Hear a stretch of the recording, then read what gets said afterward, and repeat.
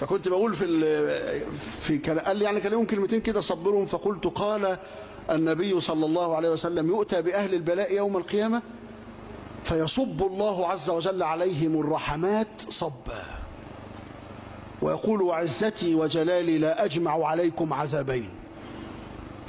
ما تبتلوش مرتين، حصل لكم بلاء في الدنيا لا يمكن تبتلوا يوم القيامة، ثم يدخلون الجنة. فإذا نظر أهل المحشر إليهم بصل لهم داخلين كده، الجماعة دول إيه ده راحوا اتكرموا وخدوا رحمات وبتاع ودخلوا على الجنة. مين دول؟ قالوا للناس المبتلين اللي كانوا عيانين ومرضانين وحصل لهم تلاقي أهل المحشر يعضوا أصابع الندم ويقولوا يا رب لو أنك قرضتنا بالمقاريض أو قطعت أوصالنا كان أحب إلينا ونبلغ ما بلغ هؤلاء. لو كنا في الدنيا كده ومسكت مقص وتقعد تقطع حته جلده حته جلده كان احب الينا، بس لو شفنا مثل هذا. لكن الانسان زي ما قلنا ابن لحظته، فاذا سكن المرء الى المثوبه، واصل الثواب يا اخوانا بيتحس. تخش على واحد مريض كده عنده مرض جامد جدا، تخش تقول له ايه اخبارك؟ يقول لك في منتهى السعاده. طب بايه؟ وده السعاده؟ ما ده انت طريح الفراش اهو.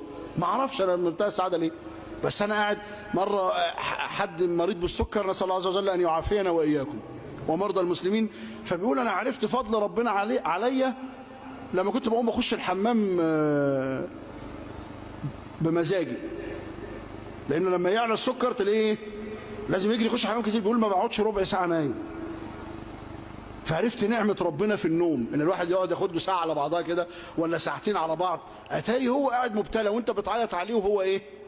قاعد يفكر في نعم الله عز وجل عليه، وبيقول شوف نعمة ربنا علينا كانت ايه، والنعم التي لا نحصيها بعد كده كانت ايه، والمثوبة على ده كانت ايه. هو مشغول بمثل هذا. فالثواب ده اثر الثواب. دخل على عمران بن حسين رضي الله عنه فوجدوه نائما على سرير من جليد مخروق له فيه خرق. سرير جليد معمول فيه ثقب كده. ثقب ليه؟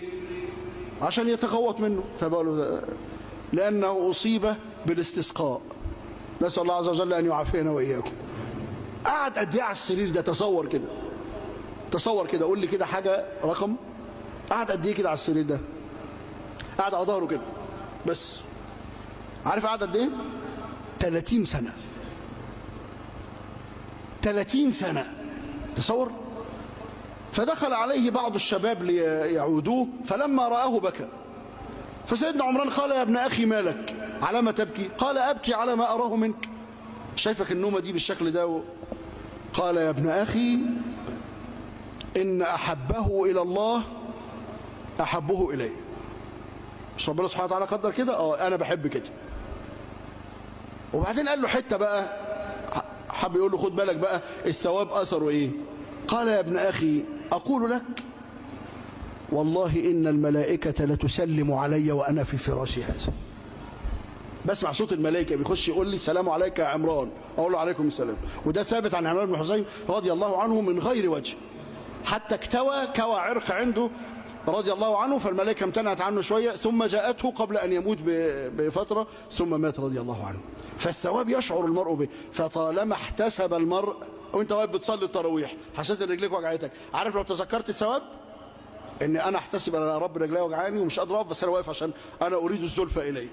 عارف لما تستحضر النية دي هتصبر وسترى برد هذا الثواب.